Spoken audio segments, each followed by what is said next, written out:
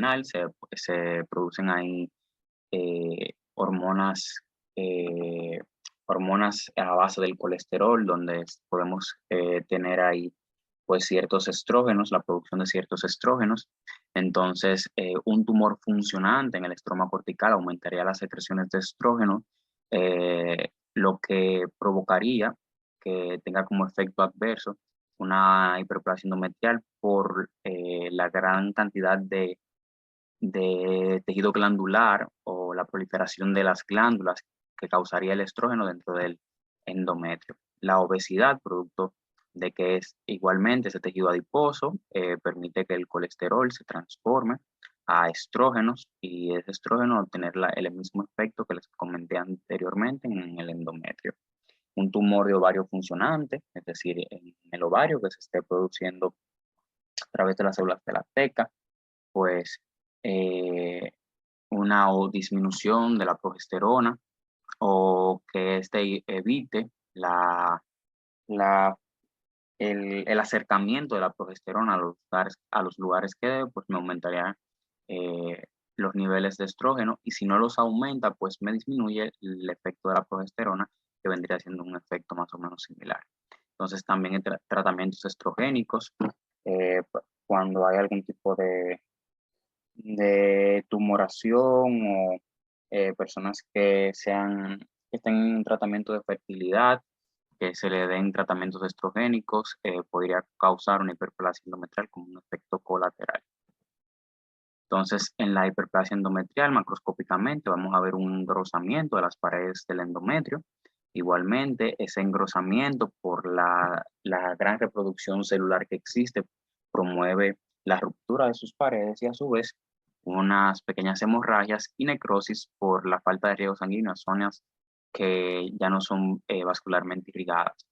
De igual forma, ese engrosamiento y esa reproducción celular me permite unas alargamientos de ese mismo tejido endometrial hacia afuera o, bueno, hacia el interior del útero, dando lo que conocemos como esas siluetas carnosas.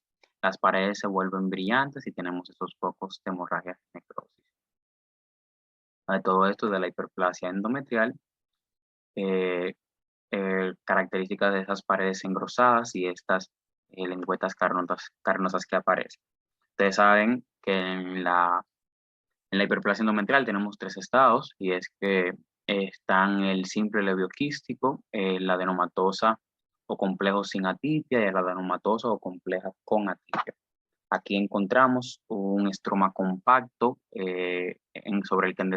sobre el que descansan las glándulas endometriales que tienden a estar circulares eh, y con un epitelio cilíndrico simple o que puede estar pseudoestratificado. Bien, entonces aquí en la adenomatosa con atipia encontramos que ese estroma se está poniendo denso por las fibras colágenas que aparecen en la misma, que van a dar consistencia y firmeza a este tipo de tejido. Vemos que aquí las glándulas han reducido su luz y han tenido que esta estratificación se vuelva pues en un aspecto en zigzag o papilar y pues hay un acercamiento de las glándulas con glándulas vecinas por una reducción de su estroma. Entonces adquieren un patrón de espalda con espalda. Aquí, en la adenomatosa con atipia, encontraremos las características de atipia nuclear, que ya las vimos anteriormente. Aquí vamos a encontrar las mismas características que en el adenomatosa sin atipia, pero aquí con atipia. Y a esta atipia me refiero con hipercromatismo nuclear, pérdida de la polaridad de la célula, pleomorfismo celular, mitosis atípica, eh, pérdida de la relación núcleo-citoplasma, eh, vamos a encontrar núcleos abigarrados, vamos a encontrar una distorsión de la arquitectura normal de la célula. Bien, entonces eso es lo que encontramos en el patrón de adenomatosa con atipia. Entonces miren aquí, simple leveoquística, eh, glándulas bien separadas, un, un, un estroma compacto, vemos aquí bien definidas ese epitelio glandular. Aquí simple levioquística, aquí vemos una adenomatosa sin atipia, ya las glándulas no son circulares, sino que tienen patrones papilares o en zigzag. Vemos aquí que el estroma se está convirtiendo en denso y adquieren un patrón de espalda con espalda por la cercanía de sus glándulas. Aquí adenomatosa sin atipia, de igual forma. Entonces aquí la adenomatosa con atipia vemos que se ha reducido gradualmente el estroma entre las glándulas están totalmente con una arquitectura diferente a la que ya las conocíamos. Miren cómo estos núcleos han cambiado toda su forma, su coloración, eh, incluso disminuyendo así como tal la función de las mismas. Entonces esto es adenomatosa con atipia. Esto es adenomatosa con atipia. Bien, entonces en este tipo de lesiones, pues se le dan tratamientos con progesterona para disminuir el efecto que tiene el estrógeno ante estas glándulas. Y estas personas clínicamente tienden a tener dolor, sangrado o metrorragia fuera de su ciclo menstrual. También tienden a tener dolor, fisuria, y debe de tenérsele pues cuidado y atención a este tipo de enfermedades porque se considera una antesala para el carcinoma de endometrio.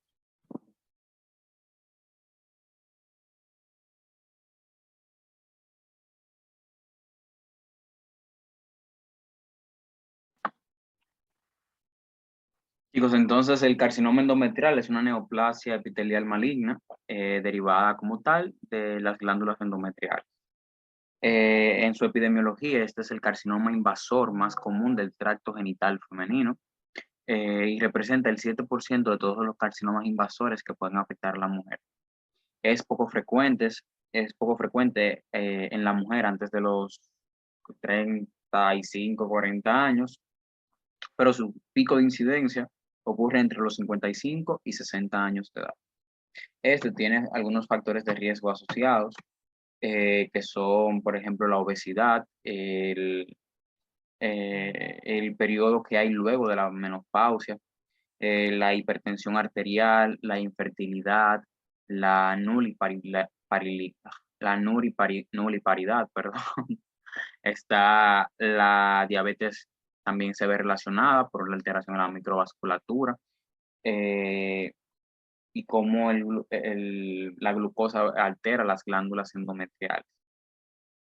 De igual forma, en cuanto a su patogenia, puede ser causado por dos formas o por dos situaciones previas. Están que el carcinoma endometrial haya sido causado por una hiperplasia endometrial, por la mayor secreción estrogénica, como lo vimos hace unos minutos, o por una alteración en algunos genes como el PTEN. O también puede ser por un hiperestrionismo, donde por edad avanzada hay un aumento de los estrógenos sin una oposición estrogénica. ¿Ok? Entonces, en cuanto al carcinoma endometrial, tenemos dos patrones de crecimiento macroscópicamente hablando. Está el patrón de crecimiento difuso, que es el más frecuente, y está el patrón de crecimiento polipoide. Este que vemos aquí es un patrón de crecimiento difuso, donde hay una diseminación a través de todas las paredes glandulares sin formar como tal una masa que ocupe la totalidad de la luz del endometrio. Estas tienden a ser de una coloración un poquito pálida, blanquecino amarillento, y que tiene una gran capacidad de diseminación local. Mientras que el patrón polipoide, una masa exofítica que crece hacia la luz, que sí tiene la capacidad de obstruir la luz endometrial y que se caracteriza porque puede protruir hacia el cérvix o hacia la vagina como tal, dependiendo del tamaño de su crecimiento. Estas, independientemente de cuál sea, van a cursar ambas con una hemorragia y necrosis en las paredes endometriales. Algo importante del difuso es que al no formar masa es una difícil detección. La única forma en que el patrón difuso puede formar masas, es decir, si este se disemina, este patrón difuso se disemina al ligamento ancho, así sí se puede crear una masa palpable al examen físico. En cuanto a su clasificación, el 80%, 85% son adenocarcinomas, el otro por ciento son serosos, papilar, mucinosos de células claras y escamosos estos tumores.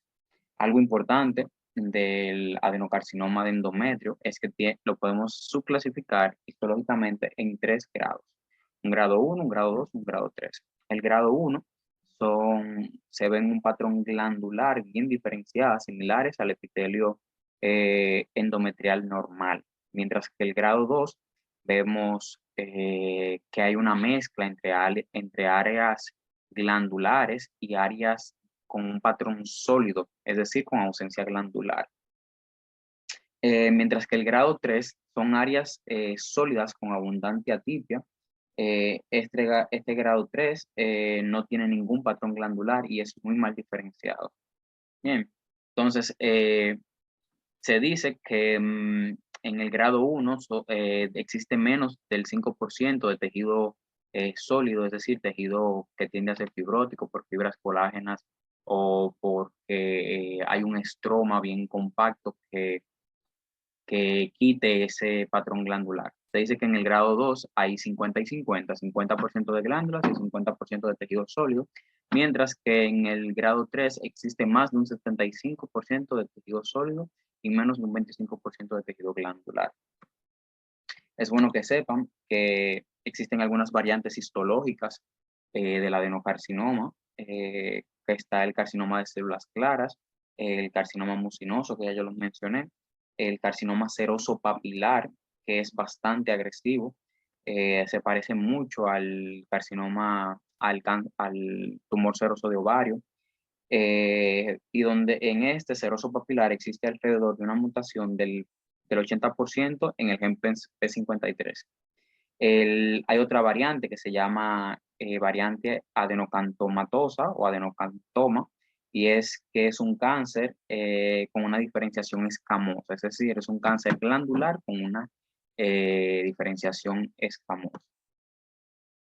Miren aquí cómo se ven estas lesiones, este tejido glandular, que estas son las glándulas, pero este es tejido sólido que van quitando la arquitectura como tal. Vamos a ver un estroma reducido que nos recordará mucho a cómo se ve una hiperplasia adenomatosa con atipia.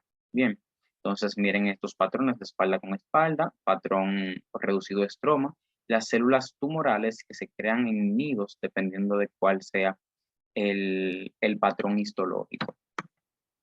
Miren, por ejemplo, aquí tenemos el de células claras, aquí tenemos el carcinoma mucinoso, aquí tenemos el seroso papilar, ¿verdad? Y este es el adenocantomatoso. Entonces miren aquí cómo se ven estas disposición de las glándulas de las glándulas como tal, y miren cómo se ve la atipia de estas glándulas. Por lo bien conservado que está este estroma, podemos decir que está dentro de este cáncer, está dentro de los estados iniciales, que no ha causado una invasión hacia los tejidos circundantes.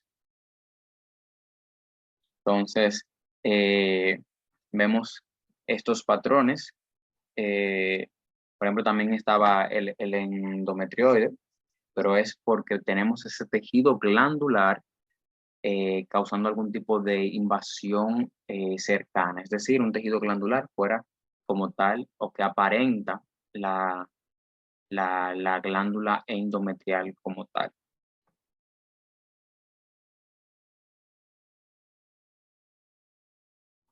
Entonces tenemos el leiomioma uterino, que es una neoplasia mesenquimal benigna que deriva del músculo liso.